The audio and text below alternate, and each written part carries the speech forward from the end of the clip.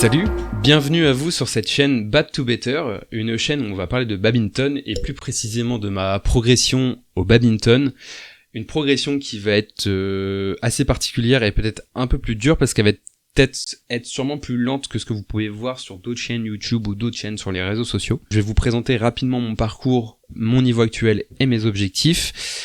Et juste avant ça, je vais vous expliquer un peu comment on va aborder tout ça. Donc sur la chaîne, je vais pas réinventer l'eau chaude, clairement, je vais pas être plus original que d'autres. Je vais vous partager principalement les tournois pour vous montrer les performances.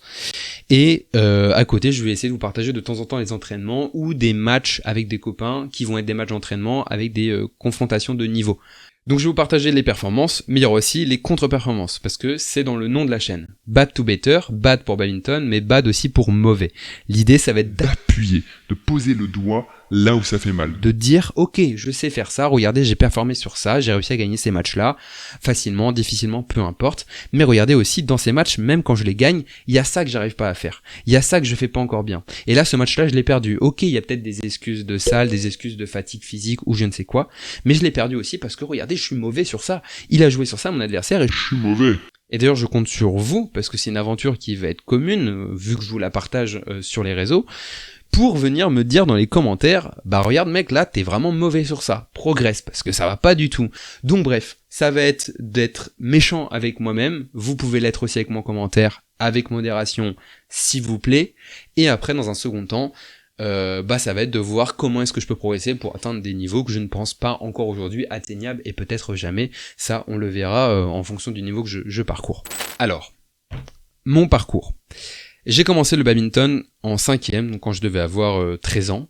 Aujourd'hui, j'en ai 25, donc ça fait pas plus de 10 ans que je fais du badminton, ça doit être peut-être la 10e année là aujourd'hui, parce qu'il y a des périodes de pause. Donc de la 5e jusqu'au lycée, j'ai joué au badminton, c'était essentiellement du loisir, j'apprenais le bad, c'était plutôt cool, j'étais dans le créneau junior, et j'ai commencé à faire des TDJ, peut-être au bout de 2 ans de badminton, donc des tournois, il y en avait un par mois souvent, ou un tous les 2 mois, et ça se passait plutôt bien. Je pense qu'à l'époque je devais avoir un niveau D9 ou D8, mais c'était avec les jauges de l'époque, donc je sais pas trop comment les situer. J'étais plutôt ok pour mon âge, au lycée j'étais terrain numéro 1, tout le monde à la ref, voilà, classique. Et j'arrive en études supérieures, voilà, tout frêle, je quitte ma ville de jeunesse, et je décide de m'inscrire au badminton dans un gros club de bad que je soupçonnais pas mais qui était un gros club de bad avec beaucoup de niveau régional et une bonne poignée de niveau national. Et malheureusement les études supérieures, j'ai voulu profiter de tout ce qu'elle avait de beau à offrir. La vie étudiante était trop belle et du coup j'ai un peu lâché le sport à côté. Donc pendant j'ai fait peut-être 3 mois, 4 mois de bad dans le club où j'étais, et après j'ai arrêté. Donc j'arrête le bad. 2 ans et demi, presque 3 ans, c'est cool. J'arrive en master dans une nouvelle ville, donc ça faisait dire 1 an que j'étais dans cette nouvelle ville, mais j'avais pas repris le bad pour autant. Et pour avoir fait 2-3 séances avec des copains d'études, je me suis dit ah putain, c'est vrai que le bad quand même, j'avais ça avant et tout, ce serait bien quand même que je commence à m'y remettre. Et du coup, je décide de reprendre au M1. Du coup, je repars de rien et je fais vite fait les entraînements qu'il y a, et c'est pas des entraînements de ouf avec du recul. Un semestre passe, déprime.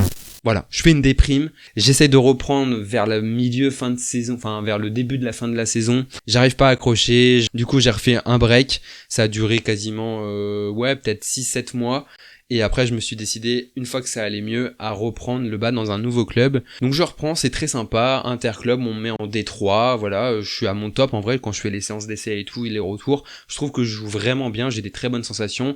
Donc bref, je suis hyper motivé, je reprends doucement, je m'intéresse sérieusement à la compétition. Je me blesse. Moitié de saison, 5-6 mois se passent, je fais un match interclub, on joue contre des niveaux régional 6, on commence le match, mon coéquipier sert, en face, ça renvoie un volant fond de cours en revers sur moi, je fais le revers fond de cours, je me retourne, je perds l'équilibre, je me tords la cheville, c'est terminé. Durée du match, 5 secondes. Est-ce que c'est bon pour vous ? Sur le moment, je me dis, j'ai mal, mais j'ai l'impression que ça va, je me suis foulé la cheville, ça a passé, puis je sens que ça tape quand même bien, et en parlant vite fait avec des gens, on voit que mon pied il gonfle quand même pas mal. Résultat, entorse avec petite déchirure de la malléole, je finis aux urgences, je passe une nuit pas ouf. Du coup je me blesse, grosse désillusion, ça devait prendre 1 mois et demi à se remettre.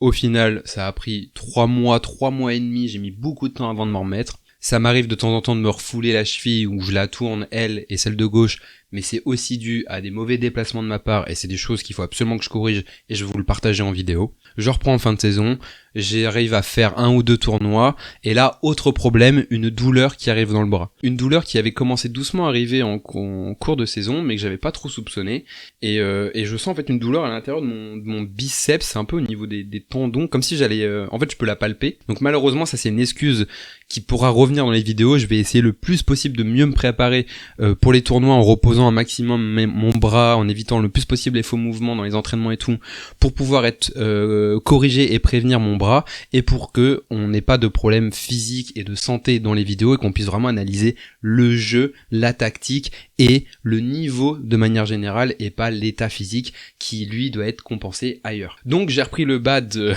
enfin et finalement la saison dernière, donc la saison 2024-2025. Donc j'ai repris au niveau P11, P10 dans ces eaux-là à la rentrée de l'année dernière, et avec la mentalité de bouffer de la compète, de bouffer à fond et de tryhard et de m'y intéresser un peu plus. Donc le résultat de la saison précédente, on va aller voir ça sur FFBad. Donc là c'est le nouvel système de quotes. Actuellement, juste avant la réinitialisation des quotes, comme vous pouvez le voir, là je vous affiche à l'écran ma fiche de classement actuelle. Je suis P10 en simple, D9 en double et P10 en mixte.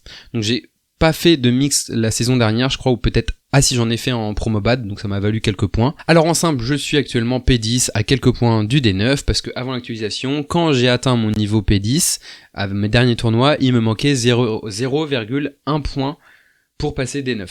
En double, actuellement je suis D9, j'ai réussi à passer D9 la saison dernière, et j'étais pas si loin du D8, donc voilà, actuellement je suis D9, je pense que je pourrais grimper D8 assez rapidement si je fais pas de faute avec le nouveau système de classement qui vous sanctionne en fonction des défaites. Donc voilà où j'en suis, je reprends, nouveau club, nouvelles ambitions, je vais suivre un programme sportif à côté, je vais essayer d'être le plus régulier là-dessus aussi. Et du coup les objectifs de cette saison, ils sont très simples. Donc déjà le premier objectif qui va être atteint assez rapidement, et je suis très confiant là-dessus, c'est d'être D9 sur le niveau de simple, et de monter D8 sur le niveau de double, donc ça devrait le faire assez rapidement. Et l'objectif de fin de saison, que je ne sais pas si je vais réussir à l'atteindre, c'est d'être D8 en simple, D8 en double. Et si je peux D9 en mix, mais ça c'est du bonus, on l'a dit. Voilà, les clés, je vous l'ai dit, ça va être de faire des tournois, je vais essayer d'en faire pas trop, pour pouvoir mieux cibler mes tournois et mieux m'y préparer. Voilà le but de la chaîne, vous montrer qui je suis, ce que je fais mal, les quelques performances que je vais réussir à faire, le progrès qu'il va y avoir sur cette saison 2025-2026, mais aussi et surtout de vous montrer tout ce qui ne va pas et tout ce qu'il faut faire pour corriger et voir comment est-ce que j'ai réussi à progresser ou non, et pour ça je compte sur vous pour me le faire remarquer ou me dire ce que je n'arrive pas à voir ou ce que j'ai mal compris. Voilà, vous aurez un rôle crucial sur cette chaîne. D'ailleurs, en parlant des tournois auxquels je vais participer, j'en fais un en double là fin septembre, j'en ai un fin novembre, et je vais potentiellement en avoir un au mois d'octobre, donc je devrais être à un tournoi par mois minimum, et peut-être que par mois des fois j'en ferai 2, donc voilà, je vais pas surplomber.